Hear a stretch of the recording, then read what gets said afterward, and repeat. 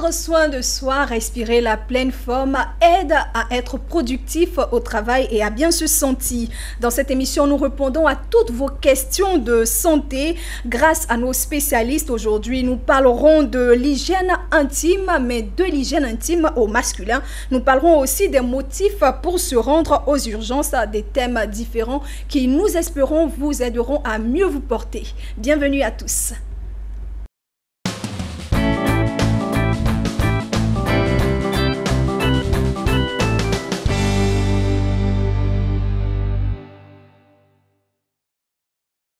Les premiers gestes du matin sont essentiels pour bien démarrer la journée.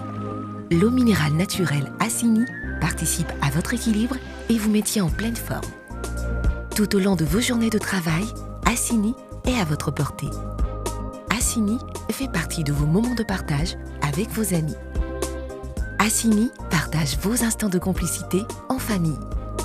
Au sport, au bureau, entre amis ou en famille, l'eau minérale naturelle Assini est présente et partage vos instants de vie. Un produit NBC.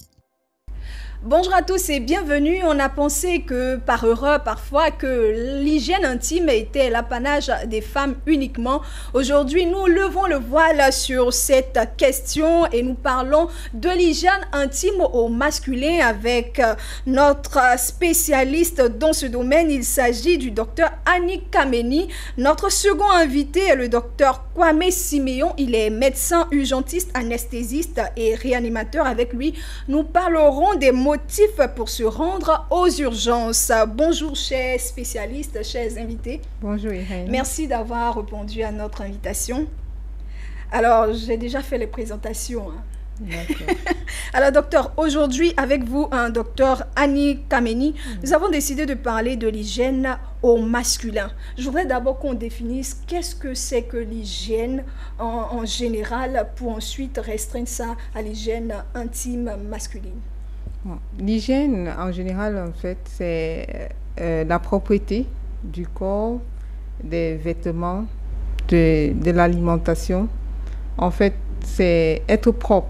L'hygiène, c'est avoir des habitudes pour rester propre. Voilà. Très bien. On a décidé aujourd'hui, je le rappelle, de parler de l'hygiène intime au masculin. Et docteur, on ne peut pas parler de l'hygiène intime au masculin sans d'abord, quand on parle de hygiène intime, je voudrais qu'on situe le contexte. Il s'agit de la partie génitale de l'homme. Voilà, ainsi on a restreint le sujet. On ne peut pas parler de l'hygiène intime masculine sans définir d'abord les différentes parties en cause. Donc, comme je disais, l'hygiène intime des hommes, c'est l'hygiène des organes génitaux externes, comme vous l'avez si bien dit. Et en fait, les organes génitaux externes de l'homme, ça comprend le pénis, les testicules qui sont contenus dans les bourses, et puis bon, la partie périnéale, donc c'est-à-dire c'est cette partie-là qui se situe entre l'anus et les bourses. Bon, pour rester en gros à ça, quoi. Ok, Voilà. donc ce sont ces différents organes-là qui sont impliqués dans l'hygiène. Tout à fait. Ok. Docteur, vous êtes urgentiste. Est-ce qu'il arrive parfois que vous recevez en urgence des cas de problèmes liés à ce domaine-là? Directement à ce domaine, pas forcément, mais dans le cas des urgences, nous sommes amenés à recevoir des patients peut-être qui ne se sont pas préparés, qui ont eu un incident ou bien un accident, qui se retrouvent aux urgences. Et on retrouve souvent que certains de nos patients manquent d'hygiène. Ah, et là, qu'est-ce qu'on fait? Bon. On s'occupe de l'hygiène d'abord. Ah oui, nous avons le personnel AS qui est chargé de laver, nettoyer le patient, parce qu'on ne peut pas faire des soins sur un patient qui est sale. Quand vous dites que les patients manquent d'hygiène, il s'agit de quoi? Pas tous les patients. Oui, certains patients. Effectivement, nous pouvons recevoir un patient qui a été victime d'un accident de la circulation. Pour ce patient, nous serons amenés à le déshabiller pour voir l'état des lésions sur le corps. Et on peut s'apercevoir peut-être qu'il a des teignes sur la peau. On peut voir au niveau des testicules, même la bouche, au niveau du pénis qu'il y a de la saleté. Même le slip qui n'est pas assez propre, ça fait partie de ça. Très bien, docteur. Alors, je rappelle ici, à toute fin utile, pour tous ceux qui viennent de nous prendre en marche, que nous parlons avec notre premier invité, qui est le docteur Annie Kameni. Nous parlons de l'hygiène intime masculine, et notre second invité avec lequel nous aborderons la deuxième question, qui est le rôle des urgences dans un service hospitalier. Le docteur Kwame Siméon, nous parlerons tout à l'heure après le docteur Annie. Alors docteur, on poursuit notre échange. Je voudrais savoir maintenant comment doit se faire dans ce cas-là la toilette intime des hommes. Bon, la toilette intime, chez les hommes, dit qu'il y a une toilette intime. On va parler d'intimité parce que c'est des organes génitaux, comme vous l'avez si bien dit. Mais ça sera la même toilette que lorsqu'ils se lavent tout le corps, parce qu'en fait, ce sont des organes qui sont externes. C'est différent de la femme où il y a un vagin qui est interne. Donc, du coup, il y a une toilette qui peut être parfois spécifique parce qu'il y a des grandes lèvres, il y a des replis là-bas. Mais chez l'homme, ce sera de laver le pubis, donc c'est-à-dire cette partie-là où il y a les poils. Ça sera de laver son gland, donc c'est-à-dire son pénis. Et si c'est un homme qui n'est pas circoncis, de le décaloter avant de le laver. Ce sera de laver au niveau des bourses, donc c'est-à-dire sous les testicules, au niveau des périnées, et puis maintenant de terminer par l'anus, quoi. Parce que la toilette intime suit un canevas. Donc, il faut aller toujours des organes les plus propres vers des organes les plus sales. Ah, ok. Il ne faudrait pas commencer par le derrière, c'est-à-dire l'anus. Voilà, tout à fait. Donc, je crois il y aura une prochaine question, je répondrai à ça. Ah, ok. Voilà. Très bien. Ah, bon, je vais essayer de répondre. Excusez-moi si j'utilise les thèmes qu'il faut. On me reproche très souvent d'être trop direct, d'être trop cru, mais docteur, il faut utiliser les thèmes qu'il faut afin que nos téléspectateurs puissent bien comprendre. Tout à fait. C'est quoi le thème décaloté? Parce que tout à l'heure, vous avez parlé de décaloté pour des personnes qui sont circoncis, qui ne sont pas circoncis. Est-ce que l'hygiène change quand on est circoncis et quand on n'est pas circoncis? Oui, je devrais dire, en fait, un patient qui n'est pas circoncis, il a encore son prépuce. Le prépuce, c'est cette membrane-là qui se retrouve au niveau, à l'extrémité supérieure, c'est-à-dire au niveau du pénis, à l'extrémité supérieure du pénis. Donc, quand il y a cette membrane-là, elle recouvre entièrement le gland. Donc, c'est-à-dire la tête du pénis par lequel les hommes font pipi. Donc, pour faire dans une toilette rigoureuse, si je devrais dire comme ça, en fait, il faut décaloter, c'est-à-dire il faut faire sortir le gland de cette peau-là pour pouvoir laver. Parce que quand le gland est enfoui dans la peau du prépuce, il y a très souvent des sécrétions qu'on appelle le smegma, qui sont des sécrétions de cette peau, parce que c'est une peau qui est assez fine et il y a une muqueuse, il y a des cellules mortes qui vont rester exactement comme sur la peau ou bien sur nous-mêmes des êtres comme nous les femmes, au niveau des replis. Il faut parfois, très souvent, frotter beaucoup plus au niveau des replis parce que quand on transpire, il y a cette macération-là. Et les organes génitaux de l'homme contiennent aussi, sont recouverts d'une peau et des poils. Donc, sur cette peau-là, il y a les glandes sudorales, donc c'est-à-dire qu'il y a la transpiration qui se fait, il y a la sécrétion des muqueuses et puis il y a aussi la peau morte. Donc, quand tu fais la toilette, il faudrait frotter ces endroits-là, mais pas frotter énergiquement. Voilà, frotter de façon normale. Avec de l'éponge ou bien avec de l'eau simple? De l'eau simple, du savon, exactement comme quand il se lave la peau. Mais s'il y a des saletés, il faut bien enlever la saleté. Donc, non, mais frotter simplement avec la main et le savon, ça part tout seul. Parce qu'il ne faut pas oublier que la peau du pénis, elle est très sensible parce que c'est une peau qui est fine. Donc, il ne faudrait pas qu'il frotte au point de se blesser. L'homme circoncis, lui, il n'a pas besoin de se décaloter, le gland est déjà exposé, il se lave naturellement à l'eau et au savon, à l'eau coulante bien entendu, à l'eau et au savon, et puis il se rince. Et celui qui n'est pas circoncis sera juste obligé de faire un geste en plus qui sera de décaloter, c'est-à-dire faire sortir le gland. Et ça, c'est avec quoi? Quel doigt? Avec les deux doigts, ça fait avec le pouce et l'index, voilà, c'est tout. Le mouvement, c'est quoi? Moi, je ne vois pas très bien. Je suis un peu visuelle. Tant que je ne vois pas l'image, je ne peux pas... En fait, le gland, lui, il est enfoui dans cette peau du prépuce là qui est là. Et puis, le mouvement serait de retrousser, en fait. Ça ne fait pas mal? Ça ne fait pas du tout mal. C'est juste qu'il ne faut pas oublier que quand on s'est décaloté, de toujours se recaloter à la fin. Parce qu'il ne faudrait pas laisser le gland à l'extérieur parce que justement, comme je vous ai dit, c'est une peau qui est fine et qui sécrète. Il peut avoir une inflammation. Et lorsqu'il y a une inflammation... c'est comme un préservatif. Tout à fait. Donc on enlève le gland. On décalote le gland. Et puis quand on finit de le laver, on le fait remonter. Tout à fait. C'est ça. Ok, ça c'est assez extraordinaire. Ça doit être beau à voir aussi, hein, docteur. Tout à fait. C'est ça la beauté même de l'urologie. Et vous, en tant que femme, ça c'est une question personnelle. Et avant de continuer sur notre thème, en tant que femme, vous êtes urologue dans le service urologie et vous travaillez très souvent. Les patients sont des hommes et c'est la partie en bas de la ceinture des hommes que vous traitez très souvent. Il n'y a pas de gêne, il n'y a pas de complexe. Et comment ça se passe avec vos patients? Bon, je devrais être honnête parce qu'il y a, on ne va pas dire un homme quand il vient, il se dit qu'il vient poser des problèmes assez personnels et il s'attend très souvent à voir un homme parce qu'il se dit très souvent ce qui se passe dans la tête des patients, c'est que quand il viendra poser son problème et si c'est face à un homme, l'homme, il sera mieux placé pour trouver la solution à son problème, facilement. Mieux comprendre son problème parce que peut-être il est déjà passé par là.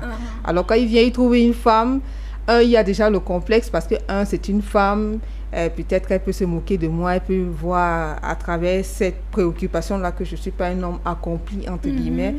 Donc, parfois, les patients sont gênés. Bon, le complexe est beaucoup plus chez les patients, mais il suffit simplement de les rassurer.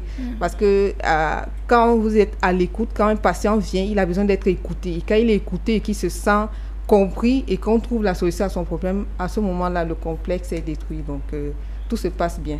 Donc, de mon côté, en fait, il y a cette petite difficulté-là, mais je parviens toujours à surmonter ça. Et comment vit votre partenaire cette situation au quotidien? Parce que je suppose que vous voyez des hommes nus à longueur de journée. Oui, c'est vrai. Mais bon, ça, il faut savoir faire la part des choses. Hein. En fait, ça, c'est le domaine professionnel et avec mon partenaire, c'est le domaine personnel. Donc, dans ma tête déjà et aussi dans la sienne, on sait faire la part des choses. Et puis, il comprend puisque c'est juste là, moi, je suis là pour soigner, pour venir en aide aux gens qui sont dans le besoin. Et c'est ce que je fais au quotidien. Et c'est ce qui m'épanouit beaucoup. Voir les hommes nus. Non, pas ça. Ça pourrit. Non, ça m'aide de trouver la solution à leurs problèmes parce que même quand je les ai venus et que j'ai trouvé la solution à leurs problèmes et qu'ils s'en vont contents, ils reviennent toujours me dire merci et c'est ça qui me rend accompli en fait. C'est passionnant. Voilà. Alors, chers téléspectateurs, moi je pose des questions parfois pour faire rire aussi, pour détendre un peu l'atmosphère et puis pour que le message puisse passer de manière plus soft, de manière aisée. Alors, je suis actuellement avec le docteur Annie Kameni. Elle travaille au service urologie et avec elle nous parlons aujourd'hui de l'hygiène intime masculine. Docteur, je voudrais savoir, après avoir parlé du décalotage du gland, je voudrais savoir, est-ce qu'il existe des produits spécifiques pour l'hygiène intime? Parce que sur le marché, on voit par exemple pour les femmes des produits qui sont conseillés pour l'hygiène de la femme. Est-ce qu'il y en a aussi pour les hommes?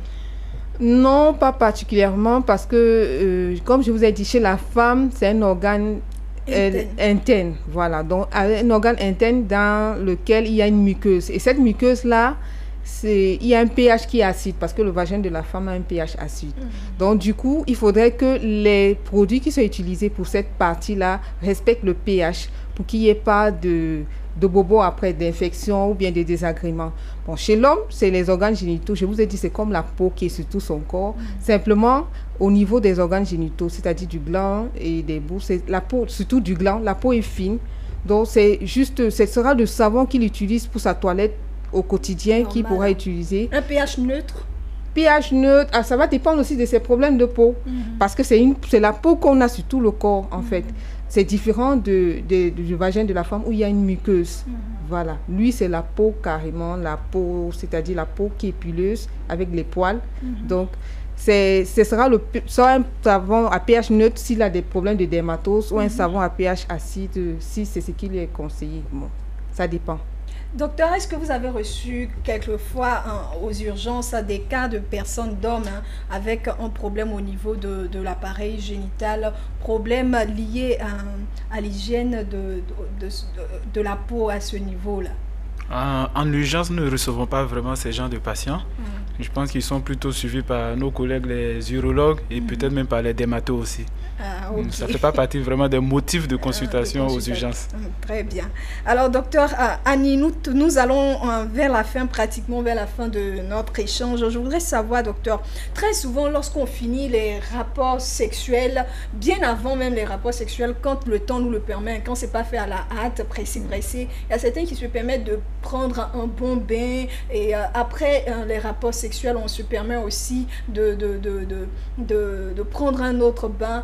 Est-ce que c'est conseillé? Est-ce qu'il y a un effet sur l'intimité de l'homme à faire des toilettes avant et après les rapports sexuels? En fait, je devrais dire, la toilette, en fait, prendre une douche ou un bain aurait toute sa place avant le rapport sexuel. Parce que peut-être, si le rapport sexuel a lieu en fin de journée et que c'est un homme qui fait du travail lourd, du travail physique et qui a transpiré, il serait propice de prendre un bain pour que aussi sa partenaire soit à l'aise. Par contre, après le rapport sexuel, il n'y a pas vraiment de grande raison parce que je vous ai dit, le vagin de la femme, c'est un vagin qui se nettoie tout à fait et que c'est un pH qui est assis, donc du coup il n'y a pas de microbes là-dedans. Donc maintenant, s'il a une urgence et qu'il se rhabille à la hâte, surtout si c'est une seule partenaire, parce que s'il y a aussi échange de partenaires, il peut dans ce cas devenir un transporteur. Peut-être il a pris un germe chez la première, il va chez la deuxième, là il sera un transporteur de germes pour la deuxième qui peut être infectée. Bon, maintenant quand on sait que les rapports sexuels sont toujours protégés, bon, sauf quand peut-être c'est avec et quand on a commencé par un rapport anal pour enfin finir par un rapport vaginal, est-ce qu'on doit se laver avant À ce moment-là, justement, pour des particularités, à ce moment-là, il faut se laver parce que... Avant d'entamer l'autre rapport. Oui, parce que le rapport anal, lui, c'est un rapport... L'anus, lui, a des germes, quoi. C'est un organe sale. Par contre, le vagin, lui, c'est un organe propre. À ce moment-là, il faut se laver, sinon c'est un transport de germes. Ok. Voilà. Tout est dit, hein. L'anal c'est un rapport sale et c'est un organe. C'est un organe sale et le vagin c'est un organe propre. Voilà. Tout ce qui est femme normalement est propre. Bon, ça c'est ma réflexion personnelle. Docteur, est-ce qu'un excès d'hygiène de cette partie de l'anatomie de l'homme peut poser problème? Bon, un excès d'hygiène, ça va dépendre de ce qu'on utilise. Comme je dis, c'est une peau qui est fine et qui peut s'irriter facilement. Donc, du coup, si on utilise des produits agressifs et qu'on tout le temps, on utilise au quotidien 2-3 fois par jour, à un moment donné, il y a une irritation. Donc, il faudrait faire... si à la longue, ça peut causer des bobos chez le monsieur, mais sinon se laver parce qu'on a transpiré tout au long de la journée et que on veut se sentir à l'aise aussi, c'est ça aussi la douche, ça que c'est la douche, quoi, être bien dans sa peau, ça ne devrait pas poser de grands problèmes. Mais toujours est-il que c'est ce qu'on utilise comme savon, si c'est un savon qui est agressif, là ça pourrait poser des problèmes. J'ai écouté un jour des gens très très loin de moi, on parlait qui donnaient des conseils pour dire qu'on peut parfumer aussi ce côté-là. Est-ce que c'est conseillé de parfumer? J'ai dit c'est une peau qui est fine, donc une peau très sensible. Donc le parfum, ce sera agressif. Même si on veut être le plus grand séducteur du monde. Tout à fait. Pour peut-être une eau de Cologne là qui peut passer au niveau des poils pubiens là, ça peut aller, mais vraiment au niveau du voilà, c'est merci docteur Annie Kameni. Avec le docteur Annie Kameni, nous parlions de l'hygiène masculine, de l'hygiène intime au masculin. À présent, passons à notre second consultant. Il s'agit du docteur Kwame Siméon. Il est médecin urgentiste, anesthésiste et réanimateur. Avec lui, nous parlons du rôle des urgences dans un service hospitalier. Docteur, je voudrais savoir directement, c'est quoi le rôle des urgences dans un service hospitalier?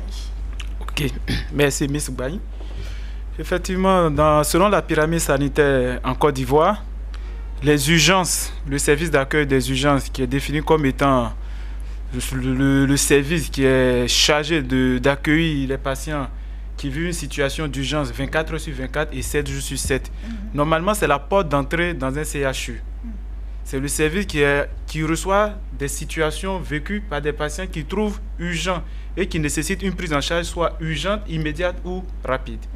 Très bien dit. Dans ce cas-là, docteur, quels sont les cas généralement qui nécessitent qu'on ne tarde pas et qu'on les envoie aux urgences pour nos parents qui nous suivent? D'accord. Concernant les motifs de consultation aux urgences, il y a autant de motifs que de patients. Mais nous allons faire l'effort de classer en 7 groupes. Ce n'est pas une liste exhaustive, mais faire l'effort quand même de classer en 7 groupes.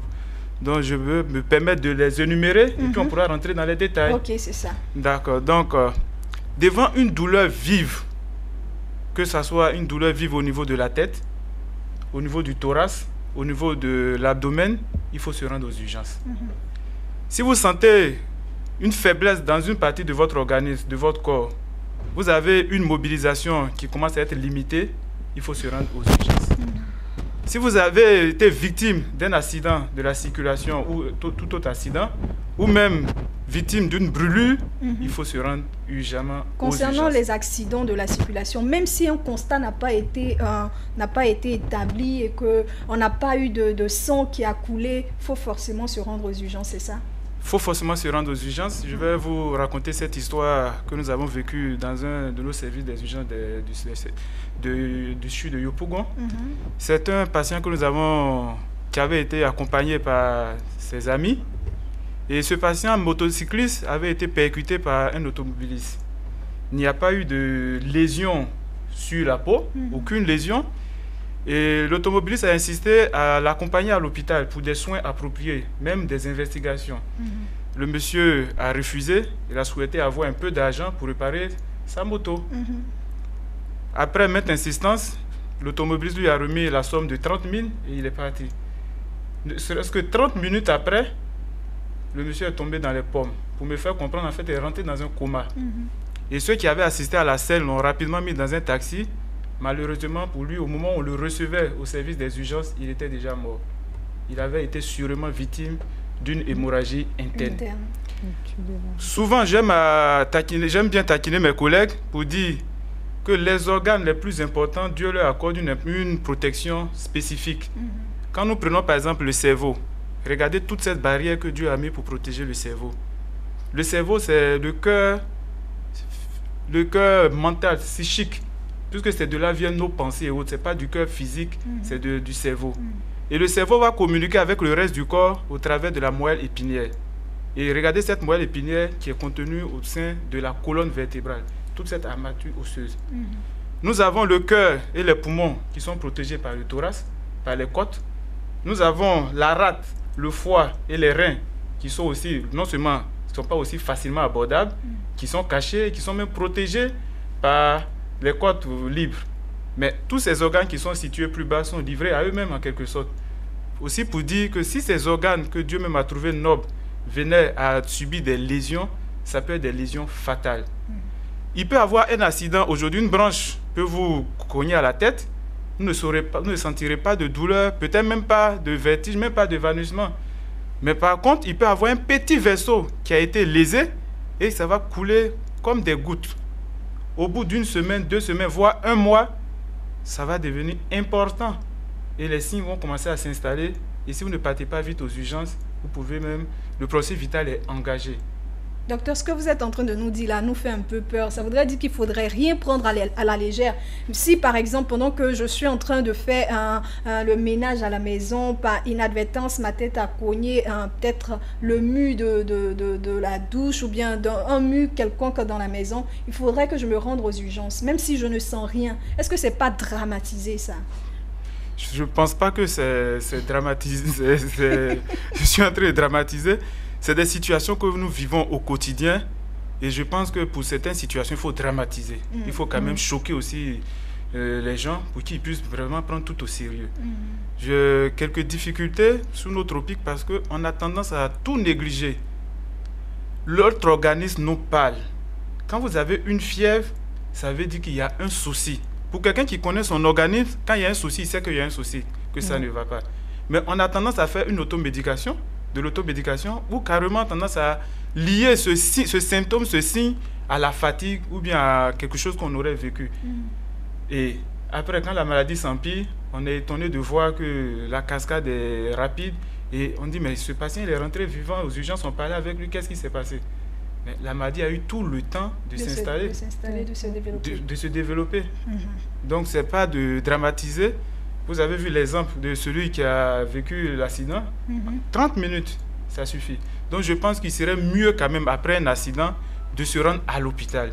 Vaut mieux voir le médecin qui va vous dire, monsieur, madame, vous n'avez rien à craindre, vous pouvez retourner tranquillement à la maison, que de rester à la maison et attendre que la situation s'empire avant de se rendre à l'hôpital. Très bien. Alors là, à présent, je suis avec le docteur Kwame Siméon. Il est médecin urgentiste, anesthésiste et réanimateur. Docteur, je vais revenir à vous. Docteur Annie Kameni, je voudrais savoir, vous, dans votre domaine urologie, est-ce que vous recevez des cas d'urgence liés à votre spécialité? Bien entendu, oui. On reçoit beaucoup de cas d'urgence. Pour simplement les énumérer, ça peut être une rétention aiguë d'urine, un priapisme, ça peut être dans les cas d'accident de la voie publique, comme mon collègue l'a si bien dit, ça peut être des traumatismes du bassin avec les plaies vésicales, ça peut être des ablutions testiculaires, ça peut être des plaies du pénis, donc des organes génitaux externes, ouais. Ça peut être des torsions du testicule, ça peut être même des hernies inguinoscrotales qui sont étranglées, ce sont des urgences. Ça peut être parfois des hématuries, c'est-à-dire un patient qui vient et qui pisse du sang. Voilà. Ça peut être simplement un patient qui a du sang au décours d'un accident, comme il a dit, et qui a du sang qui sort de son méa urétral, donc une urétroragie. Donc, il y a toute une panoplie d'urgences qu'on reçoit. Donc là, dans docteur, notre cas. vous travaillez en concomitance avec les urologues au service d'urgence dans ce cas-là. Tout à fait.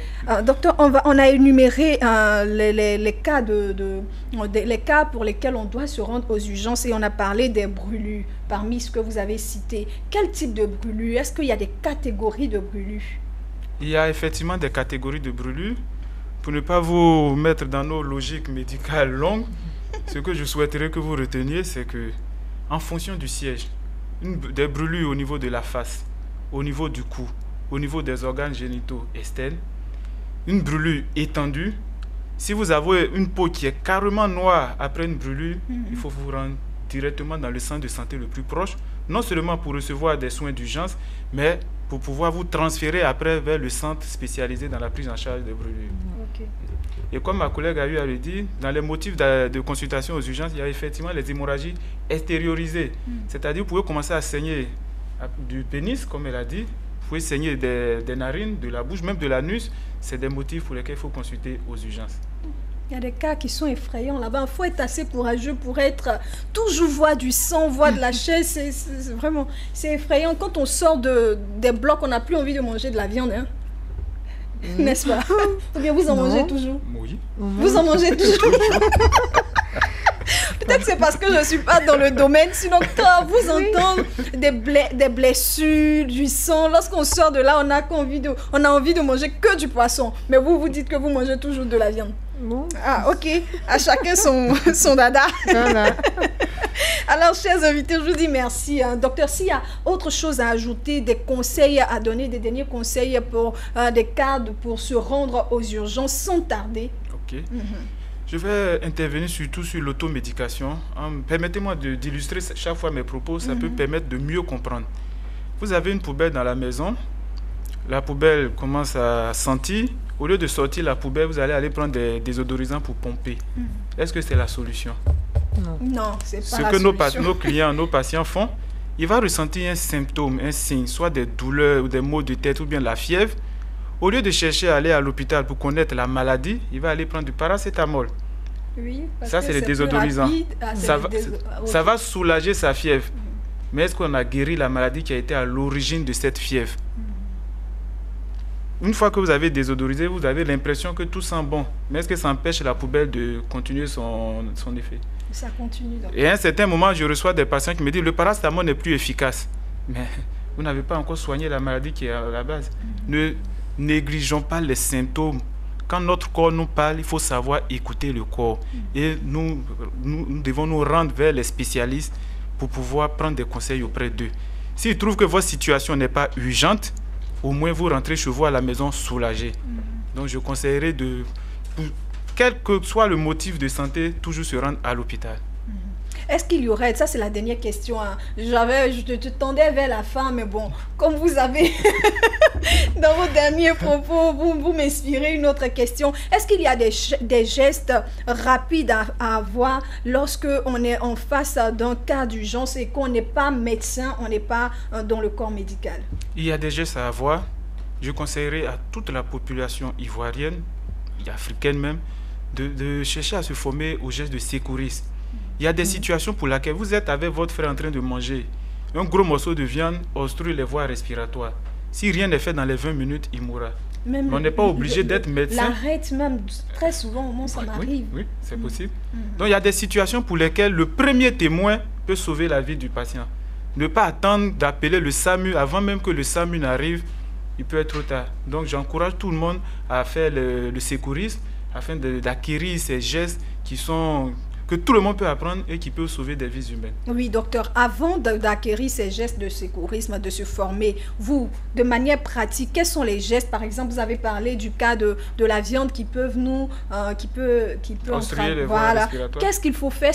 Très souvent, on voit qu'on se met par derrière là dans les films hollywoodiens et on pousse le ventre là. Est-ce que c'est les bons gestes? Qu'est-ce qu'il faut faire? Très souvent aussi, nos parents nous donnent de l'huile de palme, de l'huile rouge lorsqu'on a, voilà, tout ça. Est-ce que c'est bien? On nous donne de la ticket pour enlever l'arête qui a été...